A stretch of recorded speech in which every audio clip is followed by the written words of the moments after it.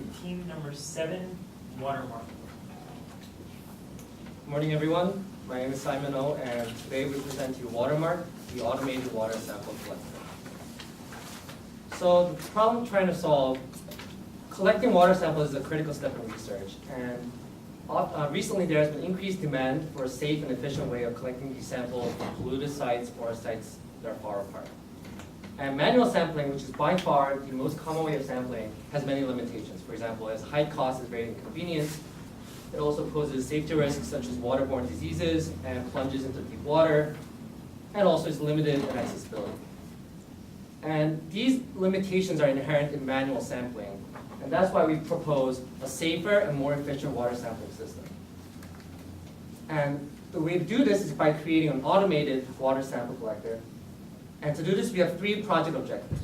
So number 1, it should be able to collect multiple water samples with no cross-contamination and minimal leakage. Number 2, it should be able to navigate to predetermined locations autonomously. And number 3, it should be user-friendly and provide a real-time monitoring of the entire collection process. And our system, WaterMark, meets all these specifications. So let's see how it works. First, the researcher enters the GPS coordinates for sample collection. Then WaterMark flies to the location and gets ready for sample collection. Once it's ready, it collects a sample, stores it on board, and then flies to the next location for the next sample.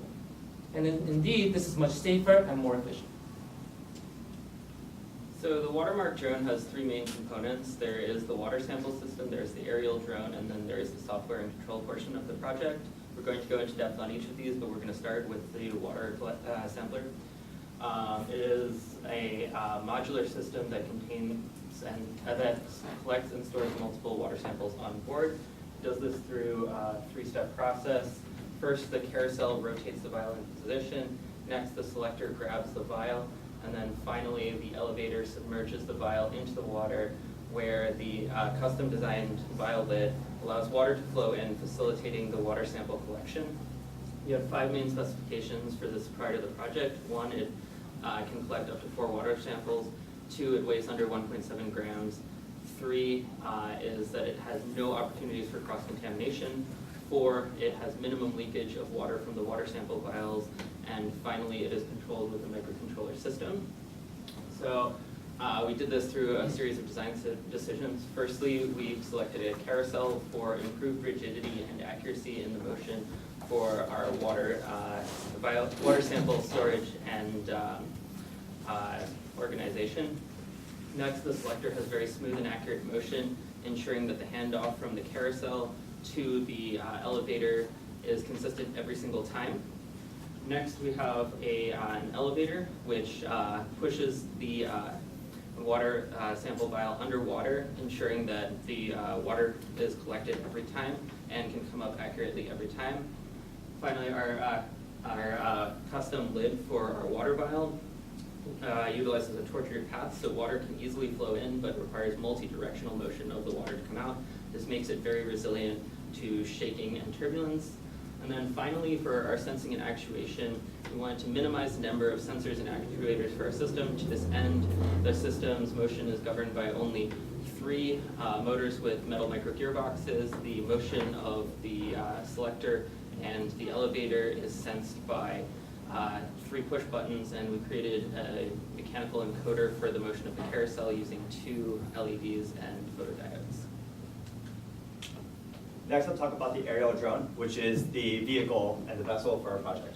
So the most important thing for our aerial drone is to be able to achieve autonomous flight, which means that we should be able to take off and land autonomously, navigate to waypoints where we'll collect water, and also be able to switch to a manual flight mode.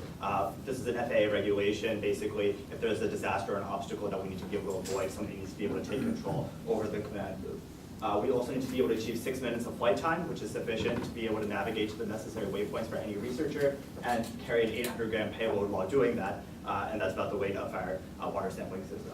We also need to be able to detect height from the drone to the surface of the water. This precision is necessary because basically, if we're descending to collect water, we don't want to submerge the electronics on board the drone, and so this is very important. So we decided to use a hex rotor as opposed to other designs, particularly because there's enhanced accessibility. We have the battery life to be able to collect the water samples, and it's relatively low cost. At the same time, we chose to use a GJI prefab frame, which we inherited through the ESE department, and a Pixhawk to control it. The reason this is helpful is because if you were to have a more sophisticated drone system or a more powerful drone, you'd be able to easily port over all the flight controls to something that a researcher might use. We also use a full stack in Python to control our drone, and we're using DroneKit, which is a protocol that works over Matlink, which is a typical protocol to communicate with unmanned aerial vehicles. And the reason we chose this is because it has rapid development, and we're familiar with it from before. Next, we have the rangefinder. So we're using ultrasonic rangefinder. The reason that we chose to use this is because the laser rangefinder can penetrate the surface of clear water and thus give inaccurate readings. We're also using a smoothing algorithm to make sure that we're not subject to noise in our flight controls. Now let's talk about the software and the user interface. So we're using a multi-threaded command loop. In particular, we need to make sure that we can control both the water sampling system and the drone at the same time. We need to be able to have user inputs for sampling coordinates so that a researcher can easily put these in. We need to be able to monitor the status of the drone in real time so that the researcher knows what's going on. And we need to have robust communications and error checking protocols to make sure that the researcher isn't seeing wrong information or noise when they're doing the work. So we decided to use an Odroid.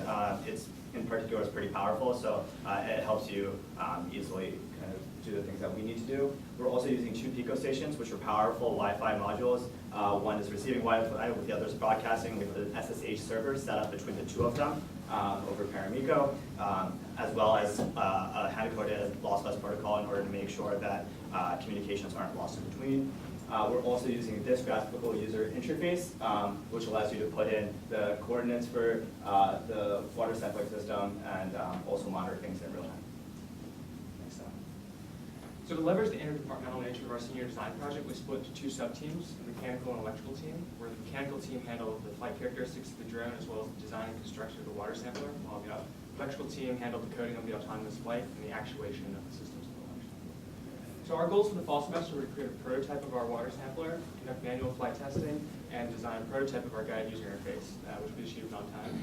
And for the spring semester, we wanted to reduce the weight of our sampling system to increase the range and flight time of our drone, as well as develop our autonomous flight algorithm and ensure robust communication between the base station and the drone so that communications were never lost. So for future expansions of this project, we see that WaterMark can be flexibly customized for a lot of different purposes and needs. And that includes integrating with other autonomous vehicles, such as boats or lakes, to extend the range of the sampling capacity of the drone.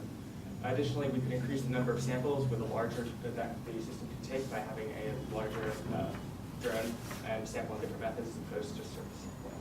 So in the end, we set out to build a safer and more efficient water sampling system, and that is what the WaterMark automated water sample collector does. Thank you, and we'll see you at the demonstration at 1:45.